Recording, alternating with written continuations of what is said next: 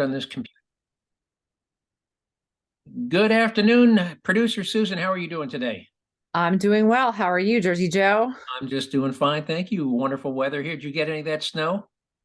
Uh, Thursday. It's coming Thursday. Coming Thursday. And I'm going to be talking about Christmas trees. Actually, you're going to be talking about Christmas trees. I understand you had quite a time trying to buy one this week. Oh, yes. There is apparently a national shortage. Well, we're going to talk about that because it's the lead story in a lot of the news stations here in the New York City area. So let's do a quick rundown of the things I hope to get to today. Let's see what we're going to try to talk about. And by the way, it's the situation with Jerzee Joe for first-time listeners. It's news and perspective that you won't hear on TV. I guarantee you some of the things we're going to talk about today, you haven't heard. And other things we talk about, you may have heard about them, but you may not have heard, as Paul Harvey used to say, the rest of the story. Quote of the day is going to be from Mike Rowe, the guy who hosts the Dirty Jobs show, which just started another new season.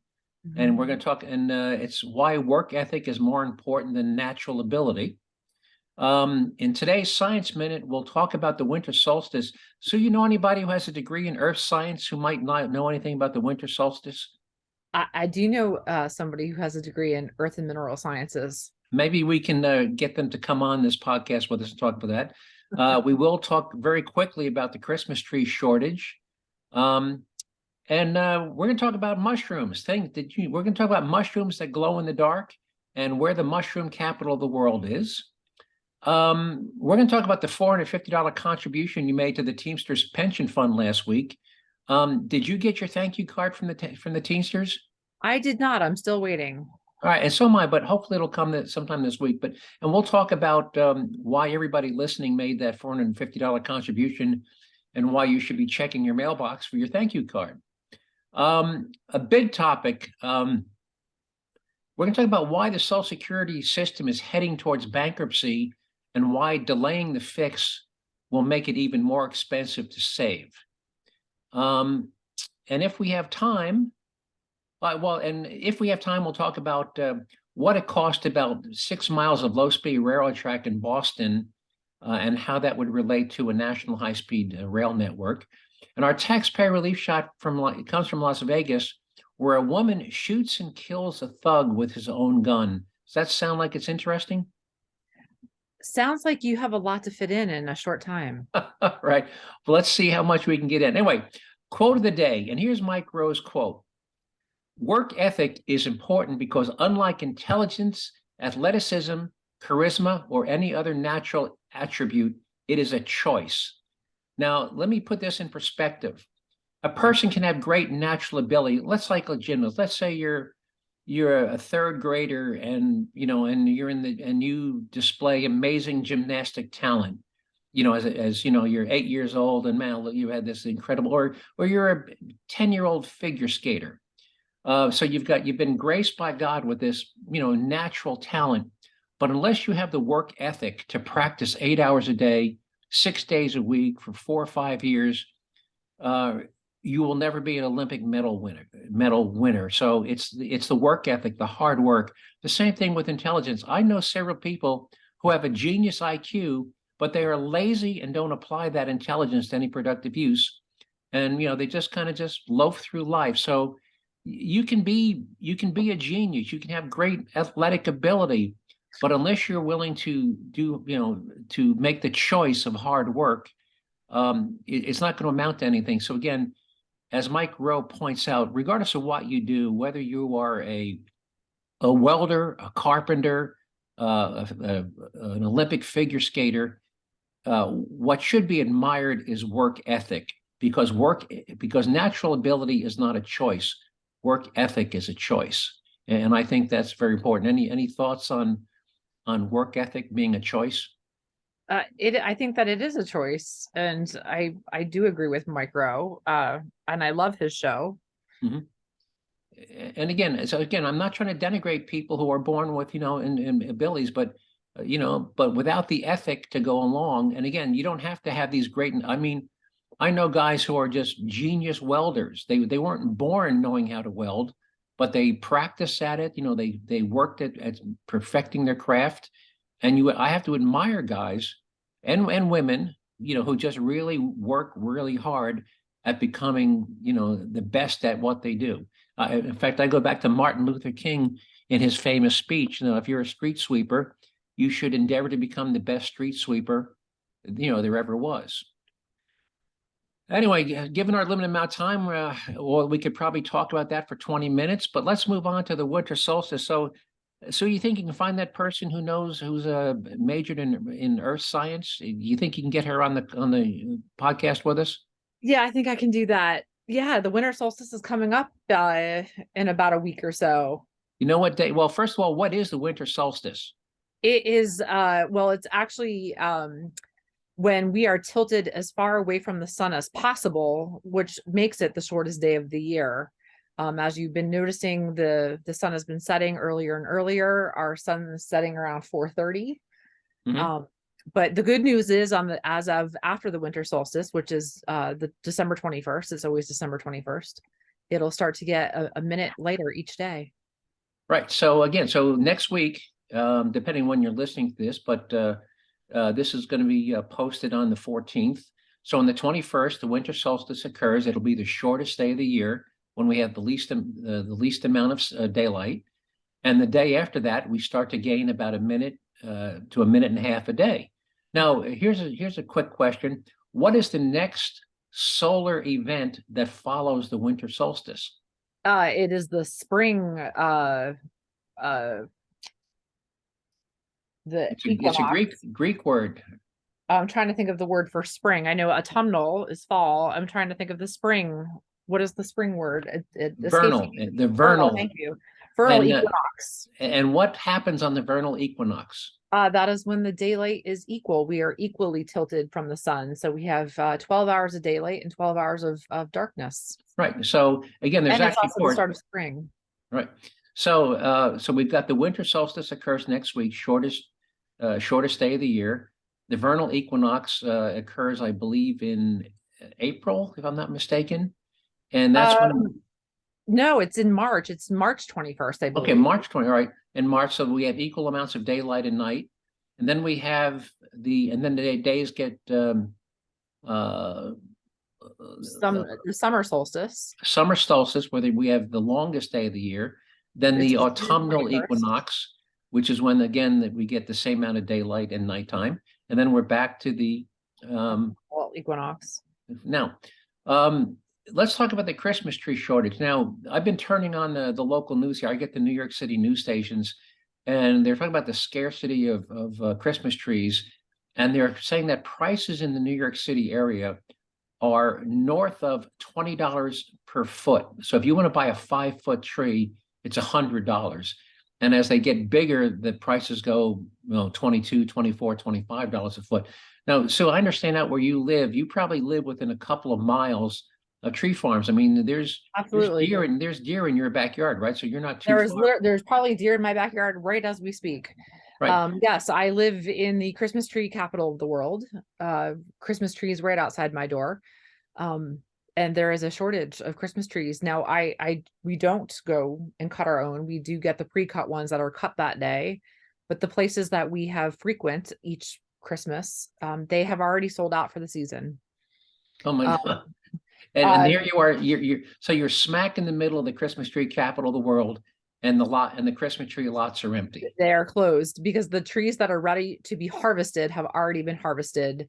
So there's no more left to be. They're still growing, but they're for next year and the year after that and the year after that. It takes about 10 years for a tree to get ready to be harvested. Right. So yeah, they are sold out for the year. We went to 3 different places, and literally the last place we went, there was 3 trees left.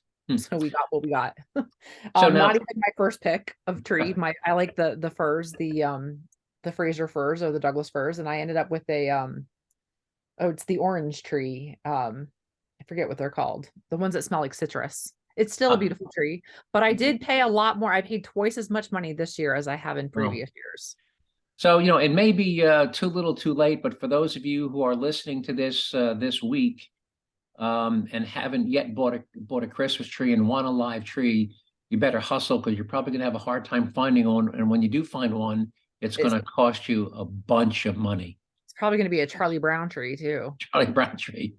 And I'll tell you, this little guy's thirsty. He's been drinking a gallon of water a day, and I've Your had him tree? for a week. Yeah. Yeah, Wow. thirsty little Wow. guy. Wow. Incredible. Um, all right, let's move on to mushrooms. Uh, Producer Sue, do you happen to know where the mushroom capital of the world is? I do know that too. The mushroom capital of the world is right here in Pennsylvania, right outside of Philadelphia. You know what the name of the town is? Kennett Square. Kennett Square, PA. It's a little town, by the way. You wouldn't happen to know the population of Kennett Square, would you? It's pretty small. It's a Try cute little 6,000 people. Now try 6,000 people, which is charming little really, town. it's more like a hamlet, if you will, like a village, 6,000 people. But surrounding Kennett Square, there are 16 mushroom farms that produce, wait for it, 500 million pounds of mushrooms every year. That is half of all the mushrooms eaten in this country annually. Can you imagine 500 million pounds of mushrooms and being produced in just that one, in and around that one little town of Kennett Square, PA? Well, I mean, I mean, Kennett Square is the capital, but they do, so the Christmas tree capital of the world and the mushroom tree or the mushroom capital of the world kind of overlap here in Pennsylvania. Right. But anyway, so as I dug into this, here's some interesting things. Now, you know that green plants breathe in CO2. They scrape off the carbon and they use it to build, stalk and wood and stuff. And they release oxygen. That's why you bring green plants. That's why the customer bringing green plants to people in the hospital rooms, because they take in CO2 and cleanse it and release oxygen. They retain the carbon. Something unique about mushrooms. Did you know that mushrooms breathe in and capture oxygen? I did not know that. I just know I find them in my backyard during wet seasons. Well, and let's talk about how many different varieties of mushroom species do you think there are? If you had to guess, take a rough guess, 500, 5,000, 50,000? I'm going to say there's probably 5,000. Try 140,000 different species of mushrooms. Now, out of those 140,000, you want to guess how many are edible? Probably maybe 50 are edible. No, there's actually 3,000, but that's still less than 2.5%. And here's some interesting stats. People talk about the magic mushrooms. Out of those 140,000, 200 are hallucinogenic. And a couple of states, I think Oregon, I think Colorado, just made magic mushrooms, hallucinogenic mushrooms, legal to sell and to possess. But here's something I didn't know. You know that there are, just like there are some jellyfish that are luminescent, there are 75 species of mushrooms that glow in the dark. Yeah, bioluminescence. Bioluminescence. So did you know that there were mushrooms that glowed in the dark? I did know that, yes. So what you learned about mushrooms today? You learned that they breathe in, unlike a plant, they breathe in oxygen. By the way, they're very vitamin rich. There's 3,000 edible species, 200 are hallucinogenic, and there's 75 species that are bioluminescent. Anyway. Now, Jerzee Joe, I like a good mushroom with a good steak, but how about you? I'm not I'll eat them. I'm not going to, like, if they come on a pizza, I'm not going to scrape them off. But I'm not a big mushroom fan, even though they're very healthy, they're vitamin rich. I'm just never got into it. I'd rather eat the steak than the mushrooms. So, I think it was something when I was in junior high school, and they said, well, a mushroom is a parasitic fungus. And I just think that, something about eating a parasitic fungus kind of just turned me off, just the thought of it. But no, I've eaten them. I'm not going to scrape them off my pizza. If somebody orders one of these everything pizzas, I'll eat them, but I'm not going to go out of my way to order them. All right, so let's go on to the $450 contribution you made to the Teamsters Pension Fund last week, and why we're both waiting for our thank you card. Now, if you pay federal income taxes, you did donate $450 to the Midwest Teamsters Pension Fund, and let me tell you about that.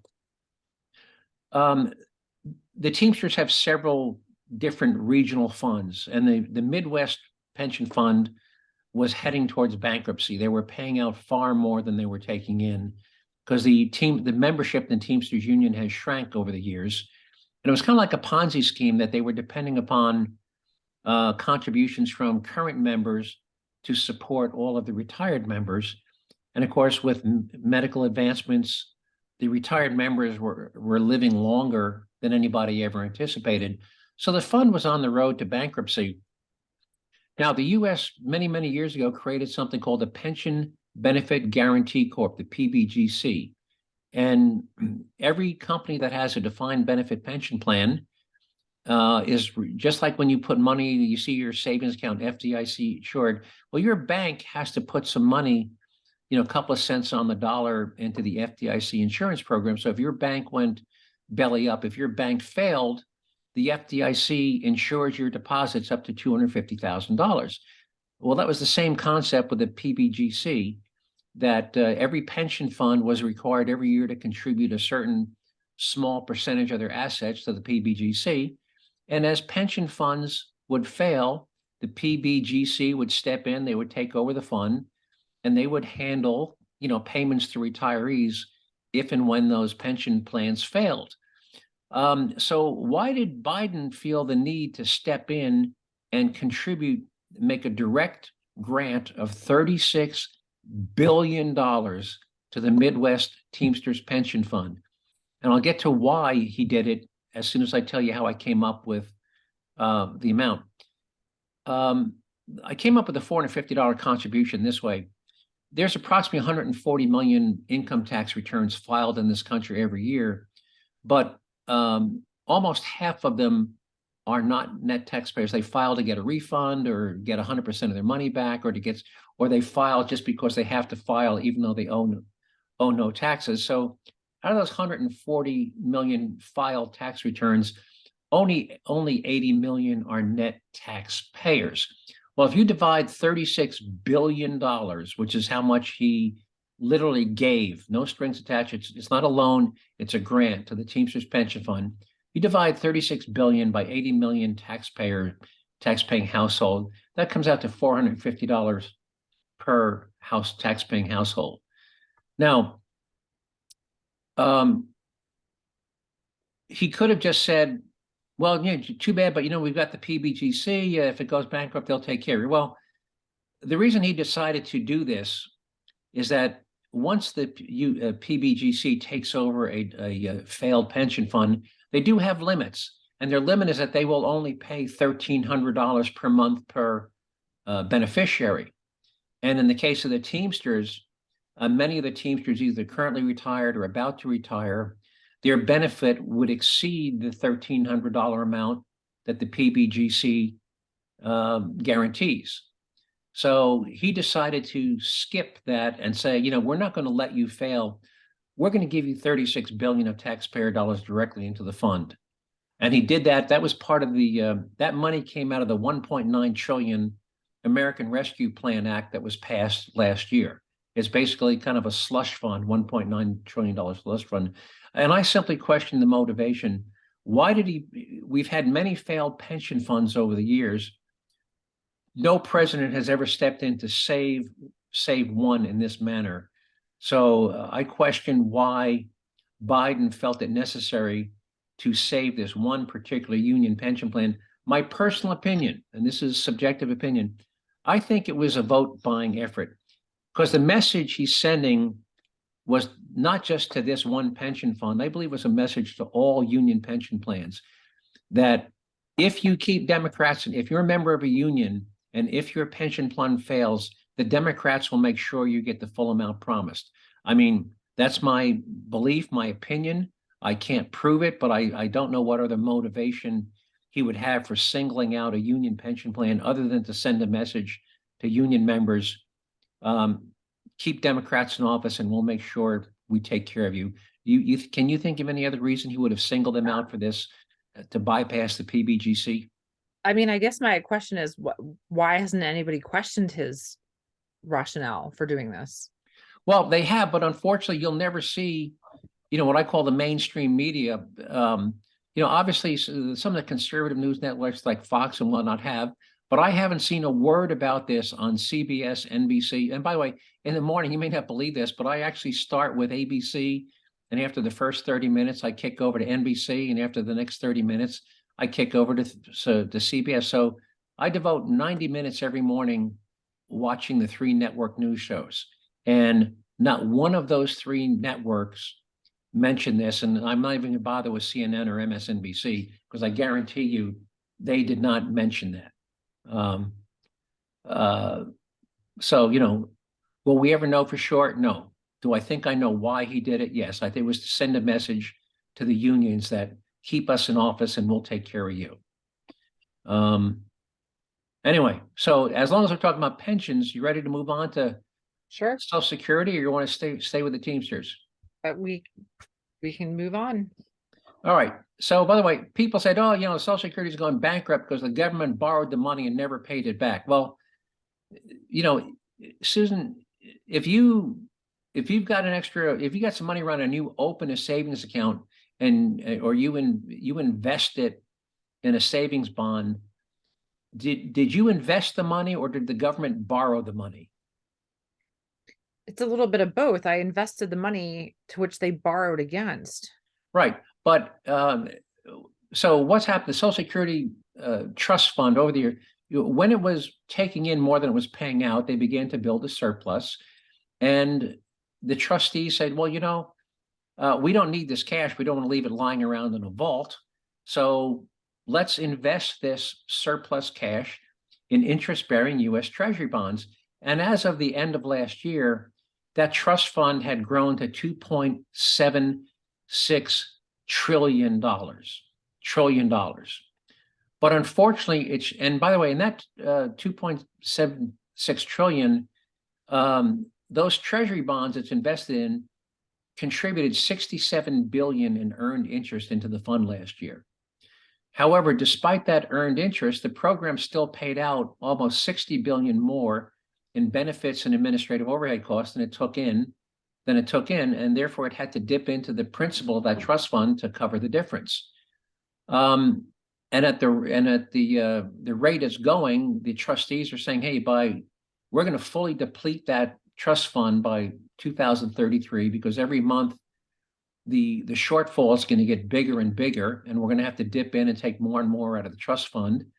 And by 2034, if we don't fix it, we'll only have enough cash coming in to pay out promised benefits at the rate of 80 cents on the dollar.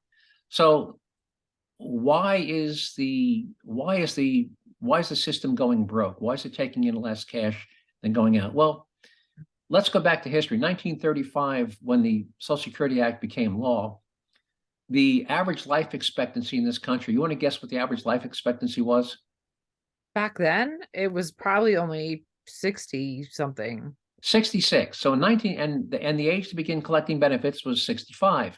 So in 1935, half the people contributing to the plan never got old enough to begin collecting.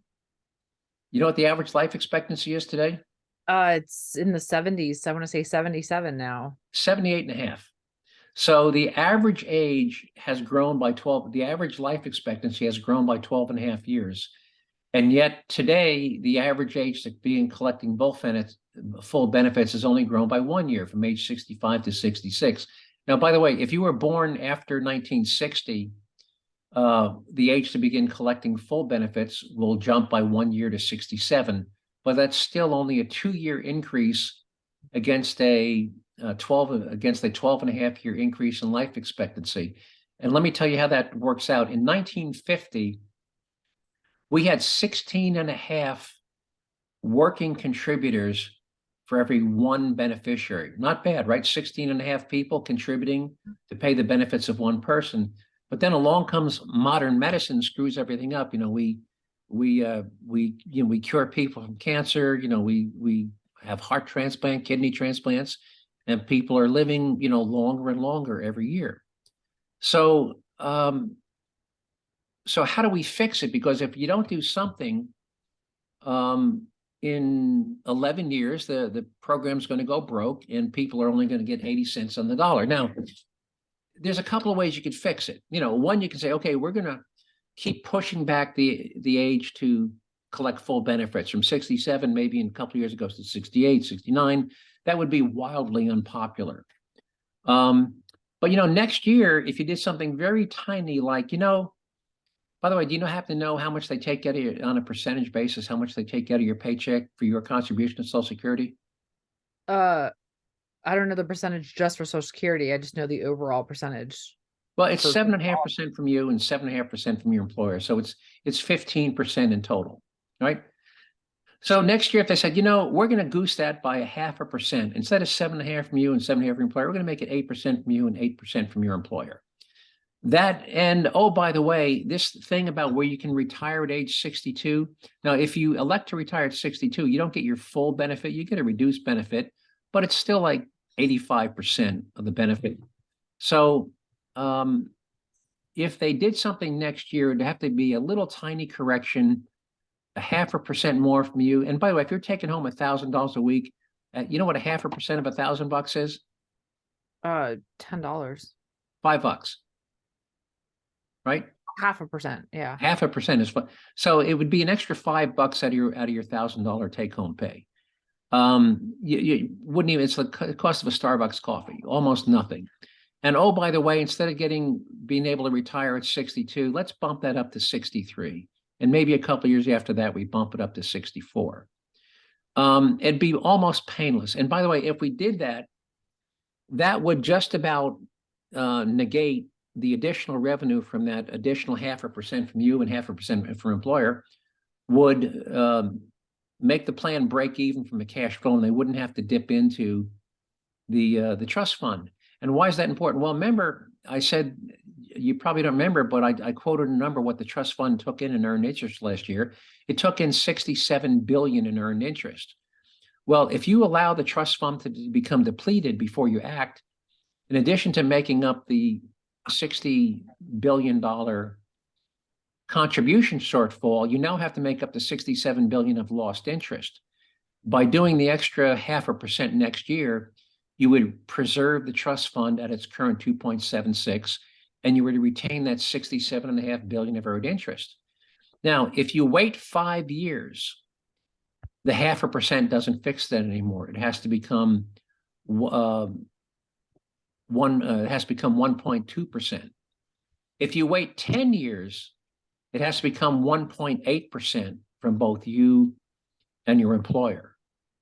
And oh, by the way, at that, and the reason it's become 1.8, the reason it's not linear is because if you wait 10 years, the trust fund is gone and you've lost that $67 billion per year of earned interest. So that's why it is not a linear, it's not a simple 0.5%, 1%, 1.5%, because the longer you wait, the more of that earned interest you lose. The problem is with politicians, nobody wants to be the first to say, we have to do this, because next time they run for re-election, their opponent is going to say, he wants to steal your Social Security. He wants to raise your taxes. So we've got this political situation where everybody knows what has to be done. Nobody wants to step forward and say, I want to do it. What we need is more senators who are not going to run for re-election. They have to step forward and say, hey, I don't care. I'm not running for re-election. This is what we have to do. It's just sad that we have a political system where nobody wants to do that. They all know what the right thing is, but nobody wants to do it because they're afraid their opponent is going to use it against them when the next re-election cycle comes around. Sue, any thoughts on why doing nothing on the situation we're in, and any thoughts on what you would do if you were king? Well, one or thing I queen? feel like they're not going to have Social Security by the time I get a chance to retire. Well, I think we will have it, but it'll be somewhat draconian. By the way, they talk about, well, we need to raise the cap on right now. I believe the cap is once you hit 147,000, you don't contribute anymore, and you don't contribute on investment income. It's only on wages. But what these people say, well, let's just raise the cap. Well, what they fail to recognize is that one of the fundamental principles of Social Security is the more you put in, the bigger your contribution, the bigger your benefit. What they're proposing is, well, we want to raise the contribution cap, but not the benefit cap. Well, if you do that, if you say, well, we want you to put in twice as much as you were putting in because we want to make investment income subject to Social Security taxes, but no, your monthly benefit won't increase. And what you're basically doing is say, we want to convert Social Security from kind of a mandatory retirement savings plan to a new and different wealth redistribution program where you will never get back the money you put in. The money you put in will go to other people. And that's just a socialist wealth redistribution program. So that's why I am vehemently opposed to raising the cap without raising the benefit. But that is what many of the Democrats want to do, is raise the cap without raising the benefits. Anyway, so how much time we got? You have about 10 minutes left. Or, no, sorry, you have about 5 minutes left. Well, let's move right on to our taxpayer relief shots. And for those who don't know it, let me have the sheriff of Santa Rosa County, Florida, explain to you what a taxpayer relief shot is. And let me see if I can turn this up a little bit. Here we go. Somebody's breaking in your house, you're more than welcome to shoot them in Santa Rosa County. We prefer that you do, actually. Hopefully you'll save the taxpayers money. And again, and what he's saying is very true. I mean, if you simply arrest a thug and he goes to trial, he gets a court-appointed attorney, which is going to call, and then he gets appeals, and then he goes to jail at $80,000 a year. And so if you put a guy in jail for 10 years, that's $800,000, not counting his litigation costs. And here's what Sheriff Grady Judge, also in Florida, says. I would highly suggest that if a looter breaks into your home, comes into your home while you're there to steal stuff, that you take your gun and you shoot him. You shoot him so that he looks like grated cheese. All right. So those are two sworn officers of the law saying, yes, we prefer you shoot the thugs. Anyway, this one comes to us from Las Vegas, where a woman is a subject of a carjacking. And I love this one, and here we go. Police say a group tried to carjack a woman in North Las Vegas, and that woman shot and killed one of the suspects with his own gun. We just got the arrest report for one of the other men involved who survived. North Las Vegas police say 2 women were parked near Craig and Simmons waiting for a Friendsgiving to begin. The woman told police a car blocked hers and 2 men forced her out of her driver's seat. One suspect tried to start her car but couldn't. While doing so, he put down a gun on his lap. The woman grabbed the gun and ran. That suspect tackled her, and that's when she turned and shot him. North Las Vegas police are calling this self-defense. And police also say there's at least one more suspect involved. So if you know anything that can help catch that person, call Crime Stoppers, 702-385-5555.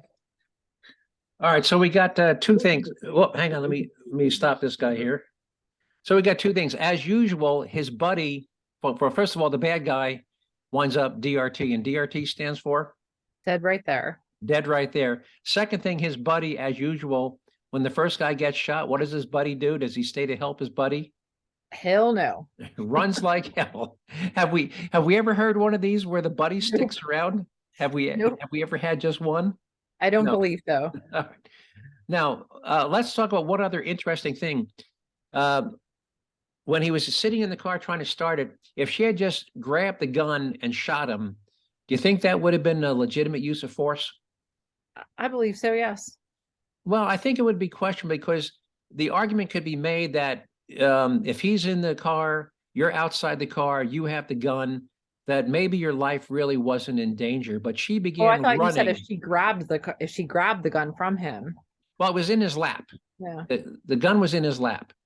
But what made this a slam dunk self-defense, she grabbed the gun and ran away, and he chased her and tackled her. And I think that's a key legal point. Yeah. I think, some zealous district attorney could have prosecuted her. If she just grabbed it, standing outside the car, grabbed it out and then fired it at him while he was sitting there, not representing an immediate threat, that could have been questionable. Maybe she got prosecuted. But when she ran away and he chased her and tackled her, at that point, it's clearly self-defense. Anyway, running out of time, so I want to thank all of you who listen to this podcast for giving up 30 minutes of your busy day to listen to me to ramble on about things I find of interest and importance.